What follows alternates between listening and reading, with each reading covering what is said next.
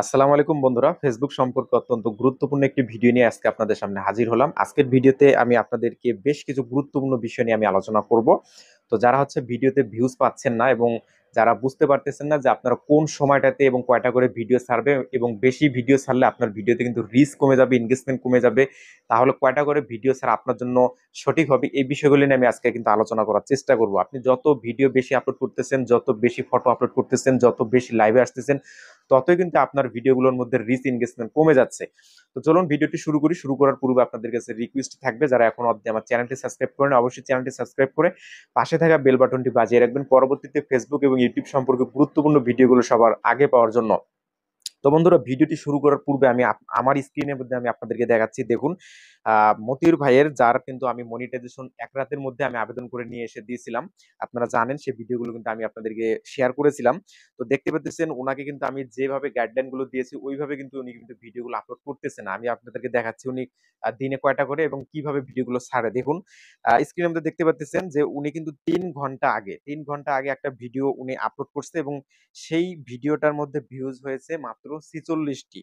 এবং এই 3 ঘন্টার ব্যবধানের মধ্যেই কিন্তু উনি আরো একটি ভিডিও আপলোড করেছে। দেখুন, এখানে কিন্তু মাত্র 21টি ভিউজ রয়েছে। আবার এই 3 ঘন্টার মধ্যে আরো একটা ভিডিও আমরা দেখতে পাচ্ছি, দেখবেন ওখানে কিন্তু মাত্র 35টি ভিউজ রয়েছে। তার মানে দেখুন, উনি 3 থেকে 4 ঘন্টার ব্যবধানের মধ্যে উনি 3টা ভিডিও আপলোড করেছে পরপর, আধা ঘন্টা এরকম পরপর উনি 3টা ভিডিও আপলোড করেছে। যার কারণে দেখুন উনার ভিডিওর মধ্যে একেবারেই ভিউজ নাই।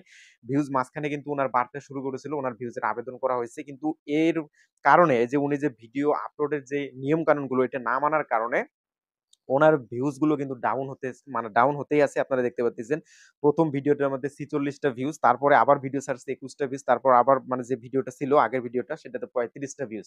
অর্থাৎ একটা ভিডিও উনি আপলোড করছে, সেখানে ভিডিওটার মধ্যে রিচ ফেসবুক না দিতে দিতে উনি আবার আধা ঘন্টা 1 ঘন্টার মধ্যে আরেকটা ভিডিও ছাড়ছে, যার কারণে আগের ভিডিওটার রিচ কমে গেছে।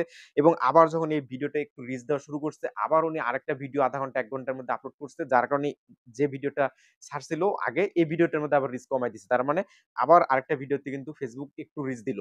এভাবে কিন্তু দেখা যাচ্ছে যে কোনো ভিডিওই এখানে ওনার রিচ পাচ্ছে না, রিচ গুলো কিন্তু কমে গেছে। তো আপনি একটা বিষয় খেয়াল রাখবেন, আপনি যদি রেগুলার অতিরিক্ত পরিমাণে ভিডিও আপলোড করেন, মনে করুন 4টা 5টা 6টা, তাহলে দেখবেন যে আপনি কোনো ভিডিওর মধ্যে ঠিকভাবে রিচ পাবেন না। এক্ষেত্রে আপনাকে যেহেতু এখন হচ্ছে কন্টেন্ট মনিটাইজেশন, এখন কিন্তু আপনাকে কন্টেন্ট মনিটাইজেশন সরাসরি দিবে। এখানে কিন্তু আপনার ওয়াচ টাইম পূরণ করতে হবে না যে আপনাকে বেশি বেশি ভিডিও আপলোড করতে হবে। তো আপনি এই ক্ষেত্রে কি করবেন, দুটো ভিডিও আপলোড করার চেষ্টা করবেন। সবচেয়ে আদর্শ যে আপনার ভিডিও ছাড়ার যে নিয়মটা, সেটা হচ্ছে আপনার 2টা করে ভিডিও আপলোড করবেন ফেসবুকের মধ্যে। সকালবেলা একটা দিবেন, মাগরিবের সময় একটা দিবেন। তাহলে দেখবেন যে আপনার প্রত্যেকটা ভিডিওর মধ্যে আপনি কিন্তু ভিউজ আনতে পারবেন এবং রিচ কিন্তু আপনি গেইন করতে পারবেন। যখনই আপনি প্রতিদিন ১ ঘন্টা ২ ঘন্টার ব্যবধানে আপনি ভিডিও ছাড়তেছেন, ফটো ছাড়তেছেন, আবার লাইভ করতেছেন, এখনই ভিডিও ছাড়লেন, ১ ঘন্টা পরে লাইভে আসলেন, তখন কিন্তু আপনি যে ভিডিওটা আগে ছাড়ছেন সেই ভিডিওটার মধ্যে রিচ একবারে কমে যাবে এবং পরবর্তী যে ভিডিওটা ছাড়বেন এখানেও কিন্তু আপনার রিচ একদম কমে যাবে। তো এক্ষেত্রে আপনারা অবশ্যই আপনার রিচ যদি আপনি বাড়াতে চান, আপনার ভিউজ যদি বাড়াতে চান, সেক্ষেত্রে অবশ্যই আপনাকে ভিডিও ছাড়ার মানে যে নিয়মটা এটা কিন্তু অবশ্যই আপনাকে ফলো করতে হবে বা মানতে হবে। এক্ষেত্রে অবশ্যই আপনারা প্রতিদিন ২ থেকে ৩ টার উপরে ভিডিও দিবেন না এবং ফটো ২ টার উপরে আপনারা ফটো ইউজ করবেন না এবং আপনারা হচ্ছে লাইভ অতিরিক্ত পরিমাণে আপনারা কিন্তু লাইভে আসবেন না। আপনারা হচ্ছে মাঝে মধ্যে লাইভ করবেন এবং এই লাইভ করার মধ্যে আপনার ভিডিও আপলোড এবং লাইভে আসার যে সময়টা, এর মধ্যে অন্ততপক্ষে ২.৫ থেকে ৩ ঘন্টার একটা ব্যবধান বা গ্যাপ আপনারা রাখবেন। তাহলে কিন্তু আপনারা কিন্তু ভিডিওগুলোর মধ্যে, লাইভের মধ্যে, ভিডিওর মধ্যে রিচ পাবেন।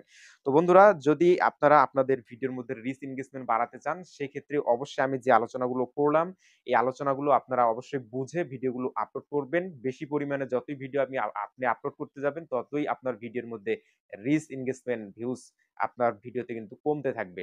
তো আশা করি আজকের ভিডিওটি আপনাদের ভালো লেগেছে। যদি ভালো লেগে থাকে তাহলে পরবর্তী গুরুত্বপূর্ণ ভিডিওগুলো পাওয়ার জন্য অবশ্যই চ্যানেলটি সাবস্ক্রাইব করে পাশে থাকবেন। ধন্যবাদ জানিয়ে ভিডিওটি শেষ করে দিচ্ছি। আল্লাহ হাফেজ। আসসালামু আলাইকুম ওয়া রাহমাতুল্লাহ।